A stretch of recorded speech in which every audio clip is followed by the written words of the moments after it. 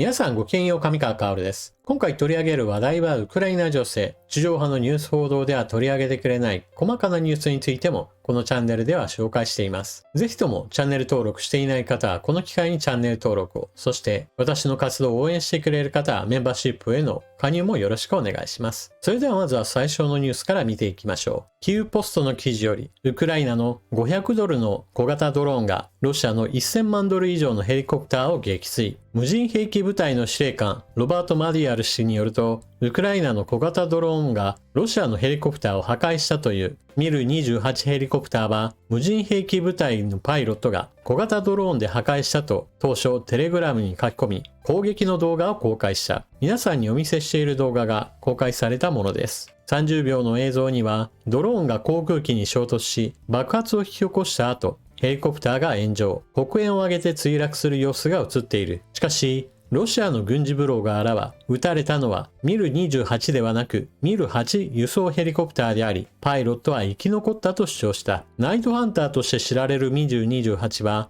装甲車両、要塞、そして敵兵員の破壊を目的として設計されたロシアの最新鋭攻撃ヘリコプターです。30ミリ機関砲、誘導ミサイル及び無誘導ミサイルを搭載し、装甲キャビンと高度な夜間戦闘システムを備えています。戦争の長期化に伴って戦闘機やヘリコプターが撃墜される映像についてはこれまでも何度も公開されてきました。ただ今回非常に注目度が高いのは、客観的な映像として撃墜された場面だけではなく、まさに攻撃したウクライナ軍側のドローンの映像も合わせて公開されていることです。公開された映像ではドローンがまさに空中で待機しているところにロシア軍ヘリコプターが飛んできて、うまい具合に迎撃に成功していることがわかります。また墜落後についてもロシア側の軍事ブロガーらは乗員は無事だというような話をしていましたが、公開された映像では完全にヘリコプターは炎に飲まれており、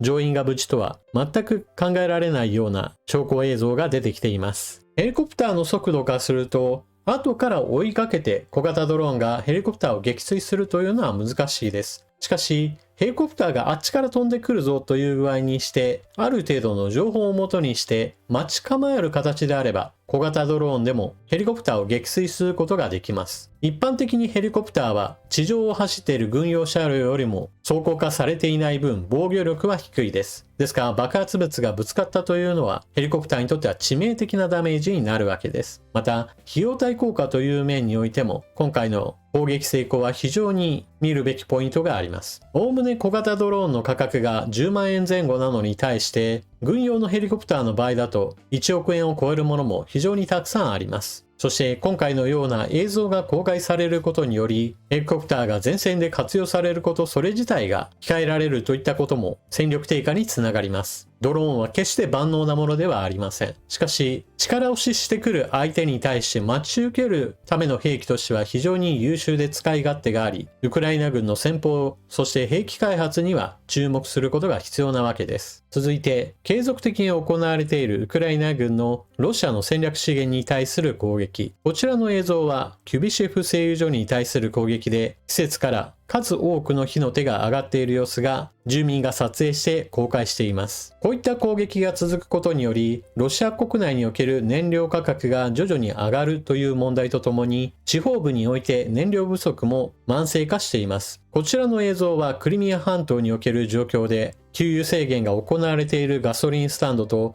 そもそも売るものがなくなって閉鎖しているところなども出ており、住民の生活は圧迫しています。また極東のハバロフスクにおいても同様の燃料不足が深刻化していることが住民の動画投稿で明らかになっています。どちらについても共通しているのは都市ではなく地方です。ロシアの中央政府は明らかに大都市圏を守るために地方の切り捨てといったものを断行しているものとみられます。ウクライナ軍による攻撃の継続、そしてロシア側はロシア側で施設を復旧させるための特急の修理工事などを行っており、この双方の綱引きといったものが今後もロシア経済の足かせになっていきます。そして、ウクライナ側が戦略資源に対する攻撃を行う一方、ロシア側はウクライナの住宅地に対する攻撃を現在もなお継続的に行っています。これは双方の狙いといったものが全く異なることから起こっている現象です。ウクライナはロシアの国家資源に対する攻撃を行って戦争の継続能力を少しでも鈍らせようとしています。一方でロシアがウクライナの一般市民を狙い続けるのは、そのように攻撃を続けることによって、ウクライナ国民の士気を低下させ、さらにはゼレンスキー政権に対する不支持率を上げるといった目的があります。民主主義国家においては、国民の支持がどんどんと下がってくることは、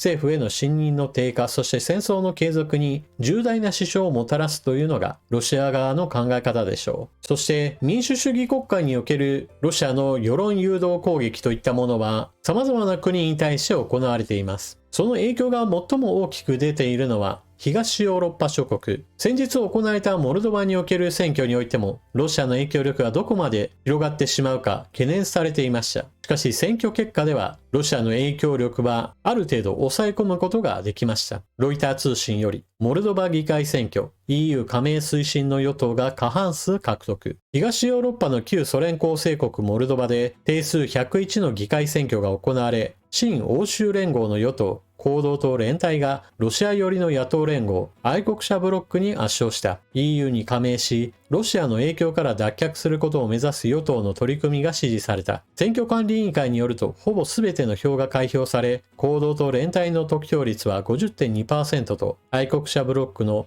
24.2% を大幅に上回った。2030年までの EU 加盟という目標の達成に向けて前進する見通しだ。選挙前の世論調査では与党と野党連合が接戦とみられ、いずれも過半数に達する可能性は低いと予想されていた。サンド大統領が率いる政権は、ロシアが偽情報の拡散や票の買収を通じて選挙への介入を試みているとして国民に警告していた。与党の対象は政府とヨーロッパのパートナーにとって安心材料となった。 EU のコスタ大統領は、モルドバ国民はロシアからの圧力に直面しながらも民主主義、改革、そしてヨーロッパの未来を選んだと投稿した。ウクライナのゼレンスキー大統領も選挙結果を歓迎。ロシアはモルドバを不安定化させることに失敗したと述べた。では、なぜロシアによる選挙に対する介入が行われているのではないか。そのように見られていたかについての記事もご紹介しておきましょう。TikTok のフェイク動画が3週間で1万本、9300万回再生。ロシア空前の介入。モルドバの議会選挙、EU 加盟をめぐり、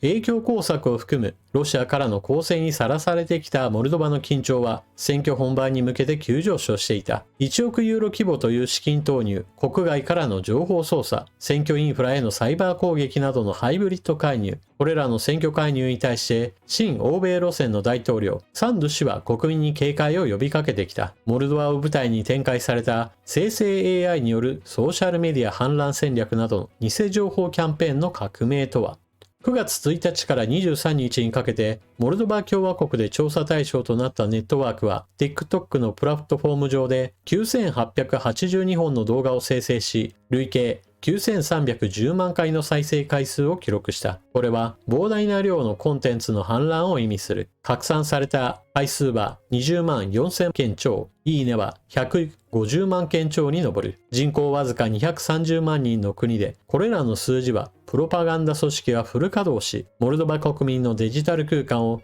24時間体制で埋め尽くしていることを示す。サンド大統領は7月末にも議会選へのロシアによる空前の介入に対して国民に警戒を呼びかけた。ソーシャルメディアなどを舞台とした影響工作、過激主義やヘイトの助長、選挙を含む重要インフラへのサイバー攻撃など、暗号資産を通じた約175億円の選挙介入のための資金投入を挙げていた。この金額はヨーロッパの最貧国とされるモルドバの2025年度国家予算約7600億円の 2% 超に相当する。影響工作やサイバー攻撃を組み合わせたハイブリッド介入は現実の脅威となっている。モルドバは人口が230万人の国です。その国において政府を徹底的に批判する動画や、もしくはロシアは素晴らしい国ですよ。ぜひともロシアと同化しましょうみたいな呼びかけといったものが非常に多くの拡散がされて人々の目に留まるようになると、その状況に影響される人々が出てきます。そもそも人口230万人の国で、その国向けの動画が大量に投下され、再生回数の総数が9000万回以上というのですから、いわゆる人気トレンドとしては、上位からある程度のところまでは全部プロパガンダ動画で埋め尽くされたかもしれないというわけです。私たち個人にしてみれば、175億円という金額は凄まじい額ですが、国家から見た場合においては十分に用意できるお金です。そして100億円、200億円というお金をかけて民主主義の一つの正当な手段である選挙を乗っ取ってしまって、その選挙結果を自分たちに有利にしよう。それによってその国の方向性そのものを自分にとって都合の良い方向にしようと思えば、100億円、200億円という額はロシアにとっては安いお金とも考えることができます。このようなロシアによる影響工作といったものは、特に東ヨーロッパ全体においてはかなり効いていると言われています。それはかつてこの地域においてソビエト連邦の影響下にあったことが影響しています。現在ではソビエトはすでに消滅し、直接的に今はなきソビエトやもしくは現在のロシアによる支配を受けているわけではありません。しかし、ソビエト時代といったものは現在につながる歴史的な経緯をもたらしています。それが報道機関に対する信頼度に直結しています。ソビエト連邦の影響圏下にあった時は、それぞれの国において共産党政権があり、その下にあった報道機関は全部政府のプロパガンダを国民に延々と流し続けるための、いわば洗脳教育のようなシステムに組み込まれていました。そのような時代が終わった後になっても、じゃあ報道機関の発する情報を信じてくださいよと言われても、それまでがあまりにもひどかったものですから、報道機関に対する信任度はどこの国においても総じて高まることがありませんでした。もちろん以前に比べればずっと良くはなっているのですが、そのようにして刷り込まれた人々にとっては、なかなか政府発表といったものを信じることができないわけですし、その政府発表をもとにして報じている民間の報道局であろうとも、やはりそれも疑わしいと思ってしまうものなのです。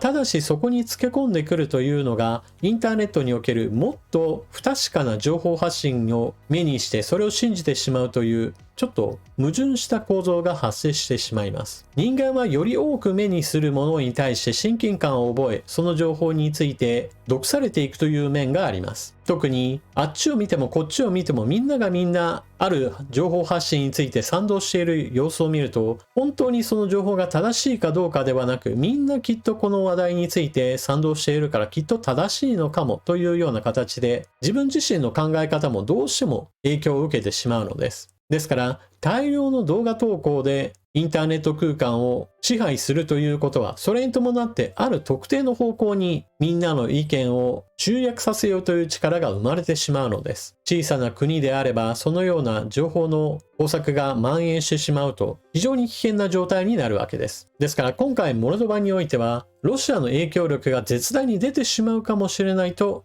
懸念されていたわけです。実際には蓋を開けてみれば、国民の投票行動は世論工作によってある程度影響は受けつつも、実際には跳ね返すことができたというわけなので、それでヨーロッパ諸国がよかった、なんとかなったという具合にして一安心しているわけです。今回の一件はロシアによる動きと見られているわけですが、別にこのような特定の国における世論をどっちかの方向に向かせようという試みは他の国においても行われているものですし、日本に対しても同様のことが行われていることについて考えておかなければなりません。さて続いてはアメリカの長射程ミサイルトマホークミサイル。先日トランプ大統領がウクライナに渡るようなことになってもいいかもねみたいな話をしていたことを皆さんにお伝えしました。その後バンス副大統領もこの件について言及しています。ロイター通信、アメリカ長射程トマホーク供与を検討、ウクライナ向け。バンス副大統領は